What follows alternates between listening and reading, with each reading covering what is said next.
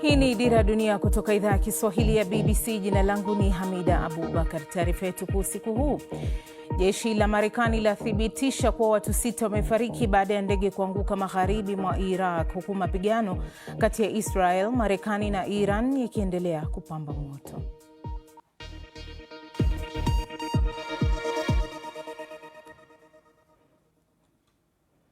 Jeshi la Marekani limethibitisha kuwa watu 6 wamefariki baada ya ndege ya mafuta kuanguka magharibi mwa Iraq. Ndege hiyo ilikuwa aina ya KC-135 kama hiyo hapo, iliyotumika kujaza mafuta kwenye ndege zingine zikiwa angani. Maafisa wanasema ndege 2 zilihusika katika kile ilichokielezea kama tukio la angani ambalo halikusababishwa na mashambulizi ya adui wala rafiki. Ndege ya pili ilitua salama. Waziri wa Ulinzi wa Marekani Pete Hegseth amesema Marekani imeangamiza wanajeshi wa utawala wa Iran wenye msimamo mkali kwa njia ambayo dunia haijawahi kuiona. Hegseth anasema kuwa jeshi la Iran limedhoofishwa kwa sababu jeshi la anga la Marekani na Israel haliwezi kushindwa na mashirika yake ya kijasusi yanazidi kuboreshwa zaidi. Vile vile amesema kiongozi mkuu mpya wa Iran Mujtaba Khamenei yuko mafichoni na huenda ikawa amejeruhiwa vibaya. We're on plan to defeat, destroy. Tuko katika mpango wa kushinda, kuharibu na kuzima uwezo wao wote wa kijeshi kwa kasi ambayo dunia haijawahi kuona. Lakini si kwamba Iran haina jeshi la anga linalofanya kazi, au kwamba jeshi lao lote la wanamaji liko chini kabisa ya Guba, au eti kwamba makombora yao yanapungua kila siku. Or their missile force is shrinking daily. Muhimu zaidi ni kuwa hawana uwezo wa kuunda jeshi tena. Hilo ndilo jambo muhimu zaidi ambalo ningependa kusisitiza hii leo. Hivi karibuni majeshi yote ya ulinzi ya Iran yataangamizwa. All of Iran's defense companies will be destroyed. Iran ilitekeleza msururu wa mashambulizi ya ndege zisizo na rubani na makombora dhidi ya mataifa jirani yenye kambi za kijeshi za Marekani. Kulingana na vyombo vya habari vya serikali nchini Oman, watu 2 waliuawa na vifusi baada ya ndege zisizo na rubani kuanguka. Wizara ya Ulinzi ya Saudi Arabia nayo imesema vikosi vyake vilizuia ndege kadhaa zisizo na rubani. Huko Dubai, mamlaka imesema vifusi kutoka kwa shambulio lililozuiwa viligonga jengo katika wilaya ya Kati, huku moshi ukionekana ukipanda juu katika jiji hilo. Vikosi vya ulinzi vya anga vya NATO mashariki mwa Mediterranean vimedungua kombora la 3 la kibalistiki lililorushwa kutoka Iran kuelekea Uturuki. Awali kulikuwa na ripoti za ving'ora kulia katika kambi ya anga ya Incirlik kusini mwa Uturuki, ambacho ni kituo muhimu cha NATO mahali palipo na vikosi vya Marekani. Israel pia iliongeza operesheni zake dhidi ya mshirika wa Iran Hezbollah nchini Lebanon. Kwa upande mwingine, kundi hilo linaloungwa mkono na Iran limeendelea kurusha makombora na ndege zisizo na rubani kuelekea Israel na kuwajeruhi watu kadhaa kaskazini mwa taifa hilo. Mjini Jerusalem kulikuwa na ving'ora usiku kucha katika maeneo mengi. Mamlaka ya Lebanon imesema kufikia sasa zaidi ya watu 680 wameuawa. Tangu mzozo huo ulipoanza karibu wiki 2 zilizopita, kama anavyoarifu Wire Davis katika ripoti inayowasilishwa na Ron Clifford. Saa 3 asubuhi na vitengo vya ulinzi vya raia vya Nabatie vinajibu shambulizi la kwanza la angani siku hiyo. Ni jengo la makazi lililo juu ya maduka. Israel haikusema kwa nini jengo hilo lililengwa, lakini hili ni shambulio la kwanza kati ya mengi ambayo timu hii itaitwa kuyashughulikia hii leo. Tunajua kufanya kazi chini ya mazingira haya ni hatari, lakini tunawajibika kwa maisha ya watu. Sisi ni mtandao wa usalama kwa raia. Hawa ni watu wetu na jamii yetu, na lazima tuwe tayari kuwasaidia. Mitaa ya Nabatie haina watu kabisa na hakuna shughuli hapa. Kabla ya Alhamisi, mji huu ulikuwa nje ya eneo la Israel la kutoruhusiwa kuingia, lakini karibu kila mtu ameondoka. Eneo hili sasa linashambuliwa mfululizo kwa mabomu ya angani. Na katika hospitali ya Nabi Berri mjini humu, wafanyikazi waliochoka wanalala hapa hospitalini wakiwa tayari kupokea watu waliokufa, majeruhi na wale waliofiwa.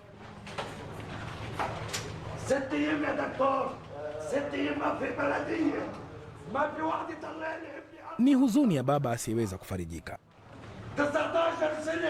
Mwili wa mwanawe ulikuwa umezikwa kwa siku kadhaa baada ya shambulizi la angani la Israel. Ana hasira na serikali, ana hasira na kila mtu. Wafanyikazi wanamsikitikia kimya kimya, lakini hii ni hadithi iliyozoeleka. Ni mashambulizi makali na yenye nguvu sana kila usiku. Sijui niseme nini. Tumechoka sana. Tunasubiri hapa nje ya hospitali na unaweza kusikia sauti ya ndege za kivita za Israel angani juu yetu. Wanangojea mashambulizi ya angani hapa, na bila shaka mashambulizi yanapotokea, magari ya wagonjwa huingia kwa kasi.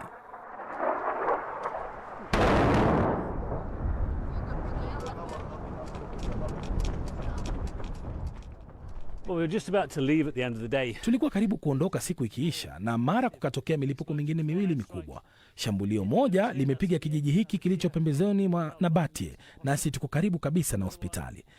Lingine liko upande ule kuelekea kusini kwangu. Sasa kulikuwa na onyo la jumla la kuhama lililotolewa na jeshi la Israel IDF kabla ya mashambulizi haya, lakini halikuwa na maelezo mahususi.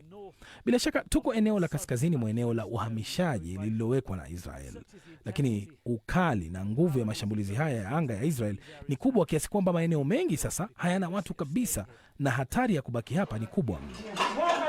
Lakini si kila mtu ana uwezo au yuko tayari kuondoka. Timu yetu inampata Entisar Yassin katika nyumba yake katika ghorofa ya 4 akiwa ameganda kwa hofu kwenye kiti chake cha magurudumu. Anasita kuondoka kwenye nyumba yake iliyoharibiwa na bomu. Anatolewa kwa uangalifu kupitia vifusi na kupelekwa hospitalini kwenye usalama wa kiasi.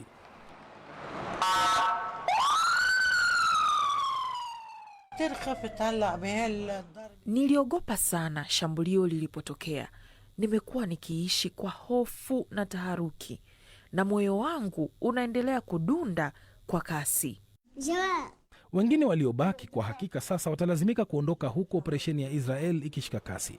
Madaktari na maafisa wa ulinzi wa kiraia hapa wanasisitiza kuwa wao watabaki. Na nchini Tanzania, ndege iliyobeba wanafunzi 7 raia wa Tanzania ambao walikuwa wanasoma nchini Iran kwa miaka kadhaa imewasili nchini humo mapema leo. Mipango ya kuwaondoa Iran ilipangwa na balozi wa Tanzania nchini Iran kama sehemu ya jitihada za serikali kuhakikisha usalama wa raia wake kufuatia ongezeko la mapigano yanayotishia usalama katika eneo la Mashariki ya Kati.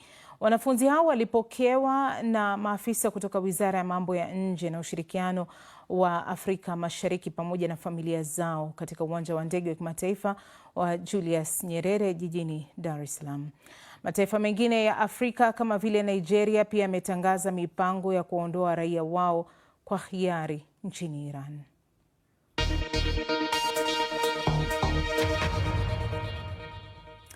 Na ili kupata tathmini zaidi ya mgogoro huu, tuungane mubashara na wachambuzi wetu. Ibrahim Rahbi akiwa huko Fujairah pamoja na Daktari Beatrice Kimaru akiwa Moshi, Tanzania. Rahbi na Beatrice, karibuni sana kwenye kipindi. Rahbi, nitaanza na wewe. Mapigano ya Marekani, Israel na Iran yamemaliza wiki yake ya pili mpaka sasa. Unazungumziaje nguvu ya mataifa hayo kufikia sasa? Kipi muhimu kimejitokeza? Bila shaka hali haijabadilika sana kuanzia mwanzo wa mzozo ulipotoka. Tumeona mashambulizi ya pande zote mbili. Kwa sisi ambao tuko Mashariki ya Kati tunaweza kuwa tunaiona hali kwa njia zote, ukilinganisha na wale wengine ambao wamekuwa nje ya ukanda huu. Tunaona madhara yanayoendelea kwa pande zote mbili, kwa sababu kile kilichoanza kuanzia mwanzo, vita ambayo imekusanya zaidi ya nchi 10, haijabadilika kwa njia yoyote, na nchi zote karibu zinashiriki kwenye vita. Nchi kama UAE bado mambo yamesimama. Tunaona Lebanoni hali sio nzuri, lakini tumeona kama kule Iraki pamoja na Qatar pamoja na nchi zingine hali imekuwa hivyo hivyo kwa kipindi hiki. Kwa hiyo naweza nikasema kuwa hali sio nzuri kwa pande zote mbili. Naam. Beatrice Kimaru, tumeshuhudia bei ya mafuta ikipanda halafu ikashuka na kupanda tena. Unalizungumziaje hili katika masuala ya kiuchumi? Asante. Ninaweza kuzungumzia kama mshtuko wa kisaikolojia wa soko ambao unatokana na vita vinavyoendelea kule Mashariki ya Kati. Kwa nini? Kwa sababu 20% ya mafuta duniani yanapita katika mlango wa bahari wa Strait of Hormuz. Kwa hiyo ndio maana unashuhudia bei zikifanya kile tunachoita price volatility, kwamba kuna kupanda, kunakuwa na kushuka kidogo, alafu zinapanda tena. Kwa hiyo kwa ujumla soko linaangalia kila taarifa ya vita, kila hatua ya kisiasa na kila tangazo la akiba ya mafuta yanayoendelea duniani. Naam, Marekani imepunguza vikwazo vyake kwa mafuta ya Urusi. Hili unalizungumziaje? Litasaidia katika kulegeza ugumu ulioko kiuchumi? Inaweza kudhibiti pressure ya soko, lakini kama tunavyojua kwamba Urusi ni mmojawapo wa wazalishaji wakubwa sana wa mafuta duniani ambao wanazalisha zaidi ya mapipa milioni 10 kwa siku. Kwa hiyo kuruhusu mafuta yake kuingia sokoni hata kwa muda mfupi kunaweza kusaidia kuongeza kiasi cha mafuta kwenye soko, lakini ukweli utabaki pale pale kwamba hali hii peke yake haiwezi kushusha bei kama mgogoro wa Mashariki ya Kati utaendelea. Naam, Rahby, tukirudi kwako, nafikiri Rahby tumempoteza, tutaendelea na Beatrice Kimaru. Unazungumziaje hii akiba ya mafuta ambayo imeweza kutolewa angalau kufanya hali iwe kidogo ya kuangalilika? Itatosheleza mahitaji ya umma? Naweza kusema hizi ni akiba za dharura ambazo nchi ya Marekani pamoja na washirika wake 32 wameweza kutoa kwa ajili ya kukidhi mahitaji ya sasa wakati wa mgogoro. Lakini takwimu zinaonyesha kabisa kwamba dunia inatumia takriban mapipa milioni 100 kwa siku, na mapipa yaliyotolewa na Marekani na washirika wake ni mapipa tu milioni 400, ambao ukiyapeleka kwenye hesabu za kawaida ni takribani yanaweza kukidhi siku zisizopungua 50. Kwa hiyo hata akiba ya mamia ya mamilioni yakitolewa na hizi nchi washirika pamoja na Marekani zitasaidia kwa muda mfupi sana, lakini haliwezi likawa suluhisho la kudumu kama mgogoro huu utaendelea kati ya Marekani pamoja na Iran. Rahby, tuzungumzie kuhusu hotuba ya Mujtaba Khamenei. Katika hotuba yake inaashiria nini kuhusu malengo ya Iran, hasa tukitizama lile swala la kufunga mlango wa bahari ya Hormuz? Hotuba yake kwanza ilikuwa ni hotuba ya kwanza kabisa ambayo Wairani wengi walitaka kufahamu kuwa anatoa mwelekeo gani. Unafahamu kuwa Mujtaba si kiongozi ambaye hata Wairani walikuwa wakimfahamu, hasa misimamo yake na alivyo. Hakuwa kiongozi maarufu sana ndani ya nchi, japo kuwa alikuwa akijulikana sana, lakini kwenye misimamo alikuwa bado watu wengi walitamani kujua nini kinaendelea. Taarifa yake ya kufunga mfereji wa Hormuz ilikuwa ni ujumbe tu ambao si tu ulikuwa unatumwa kwa Marekani na washirika au kama Israel wanaopigana, lakini ulikuwa ni ujumbe unaotumwa dunia nzima kuonyesha kuwa dunia bado itaendelea kupita kwenye janga la moto ambalo linaichoma saa dunia, kwa sababu haiondoi kuwa mfereji wa Hormuz ni kitu muhimu sana, na haya masuala yamekuja ghafla sana. Kusema kuendelea kuwa tutakuwa tunaufunga katika kipindi ambacho hakijulikani, umeona kuwa kimesababisha bei ya mafuta kupanda kutoka kwenye kauli ya Trump kuwa vita itakwisha hivi karibuni ilishuka, lakini kauli ya Mujtaba imepandisha mafuta.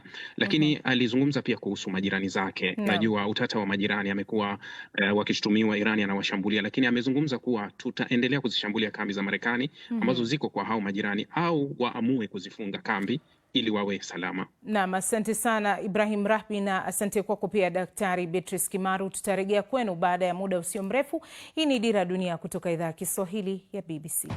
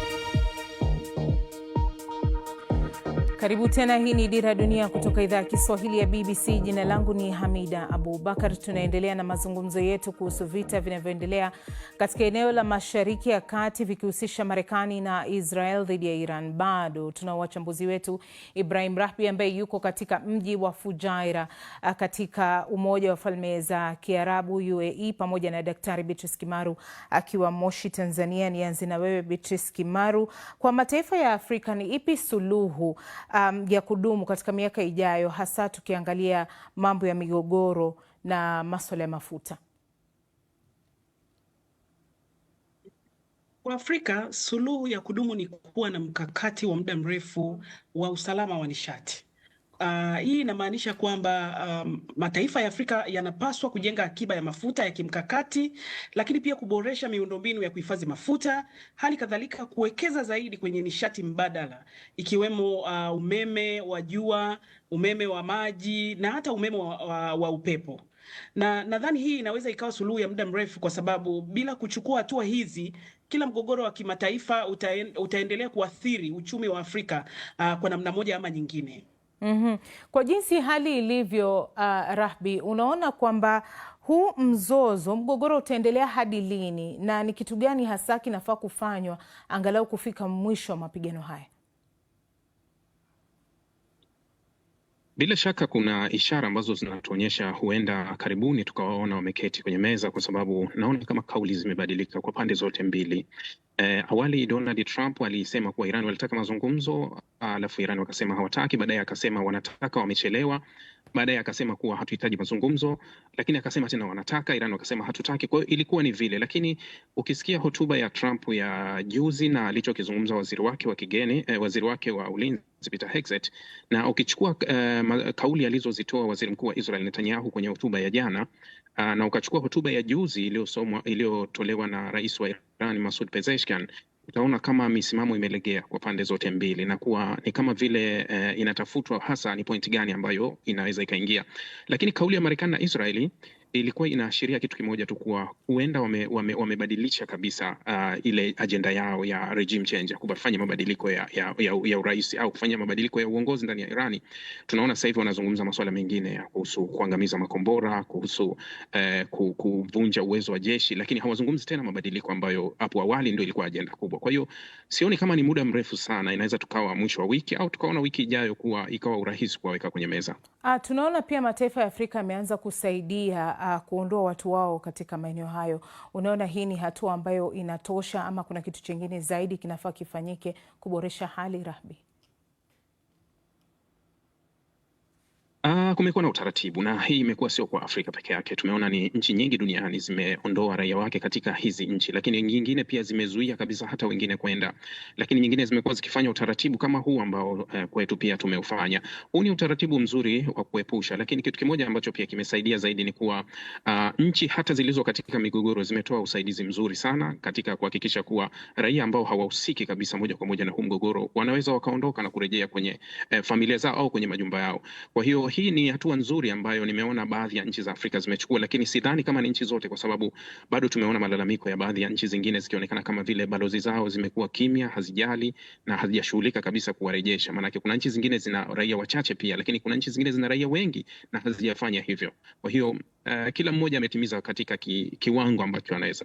Beatrice Kimaru, ushauri wako kwa watu binafsi hapa Afrika Mashariki kutokana na mzozo unaoendelea, wajiandae vipi kwa athari za kiuchumi? Ushauri wangu wa kiuchumi kwa wananchi wa kawaida ni kuwa makini na matumizi. Kwanza kwa kupunguza matumizi yasiyokuwa na lazima, lakini pia kupanga matumizi yao mapema, hasa ukizingatia tunaelekea kwenye sikukuu za Eid al-Fitr pamoja na Kwaresma, kwa maana ya kuwa na sikukuu hizi ambazo ni za baada ya watu kutoka kufunga. Kwa hiyo tunapaswa kupanga matumizi yetu mapema, lakini wafanyabiashara wadogo pia wanatakiwa wajue kwamba gharama za usafirishaji zitaongezeka. Kwa hiyo pia na wao wanapaswa kujipanga mapema.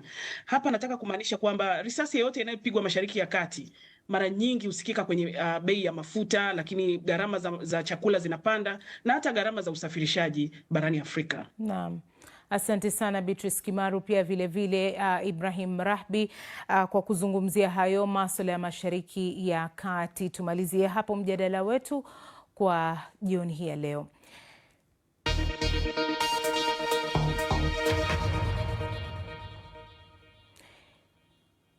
Hii ni Dira ya Dunia kutoka idhaa ya Kiswahili ya BBC. Tukirejea, P-Funk, mwandaji mkongwe wa muziki wa Bongo Flava nchini Tanzania, anasema Bongo Flava ya sasa imeharibiwa na ushindani wa biashara.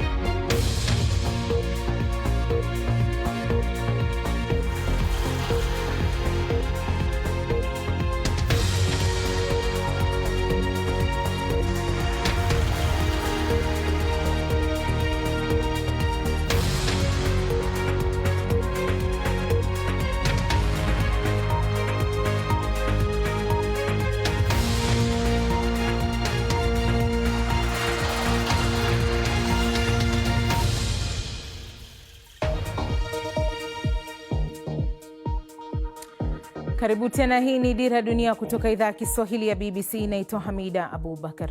Mwandaji mkongwe wa muziki wa Bongo Flava nchini Tanzania, Paul Mathias almaarufu kama P-Funk Majani, amesema anajivunia kuona Bongo Flava ilipofika, licha kwamba utambulisho wake unapotea kutokana na wasanii wengi wa sasa kutaka kuendana na soko la kimataifa. P-Funk amezungumza na mwandishi wa BBC Gansala huko Arusha. Bongo Flava ilitokana na zamani Bongo ilikuwa jina la Dar es Salaam. Tulikuwa tunaita Bongo kwa sababu ilibidi utumie ubongo wako ili kuweza kuishi kwenye mji wa Dar es Salaam. Ilikuwa 94 ndio ilikuwa msemo fulani hivi. Ndio Bongo Flava ikaja kwenye redio tukipeleka local music. Ilikuwa kipindi hicho ni Radio 1, walikuwa naita hizi flavor, hizi ladha mpya za Bongo. Ndio polepole ika develop ikawa Bongo Flava.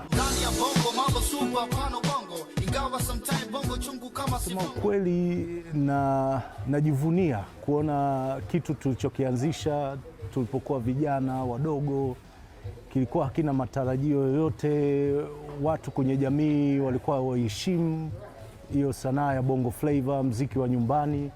Lakini sasa hivi muziki umevuka mipaka, umefika kote bungeni. Zamani ilikuwa nyimbo za vijana za mtaani. Muziki umegeuka haswa biashara sana, so kuna watu pia wanaingia kwenye muziki kwa malengo ya biashara tu. Alafu kuna ile unapenda muziki. Mashairi yenyewe kipindi kile ukiangalia yalikuwa yanagusa jamii, yanaangalia matatizo ya jamii, yanaendana na society yetu. Kwa sasa hivi zaidi mziki ni kwa ajili ya burudani, kufurahisha na kufuata mkumbo wa kimataifa. Uandaaji na utunzi, kwa sasa hivi teknolojia imesaidia sana. Unaweza usijue kutumia hata vyombo vya studio vizuri na software ikakusaidia na mambo mengi. Kwa kipindi kile most of the time ilikuwa kipaji kwanza. Mtu ameimba sana mtaani, ameimba sana nyumbani, ameimba sana kwenye majukwaa, akiingia studio ana ujuzi ule. Hata mashairi amekaa nayo, ameyakariri kabisa kichwani.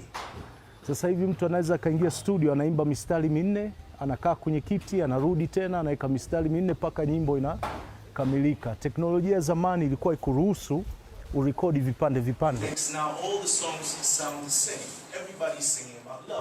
Mimi ningependa kwanza nikwambie, mimi niliacha mziki kwa sababu misingi ya mifumo ya haki miliki ilikuwa imeelemea upande mmoja, na kama mtu anaelewa haki miliki ilivyokaa, ni kwamba mbunifu yoyote ana haki yake. So zile haki, ukienda sehemu zetu za haki miliki Kosota wapi, huaga hakutambui, unakuta mirabaha inatoka, umeachwa kabisa. So unaona kama unafanya kazi ya kanisa sasa. Bongo Flava ilikuwa na identity yake kabisa, ambao unaweza kwenda sehemu yote duniani na usisikie mziki kama ule. There was an identity. Sasa hivi it's more like mtu anaweza kafanya Bongo Flava moja alafu nyingine zote ya mapiano. Tunapoteza, ingalau wanajaribu kushindana na masoko ya kimataifa, lakini mimi nachoamini uniqueness ndio itauza product yako. Ukiwa na mziki mzuri lakini tofauti, it means una stand out from the rest.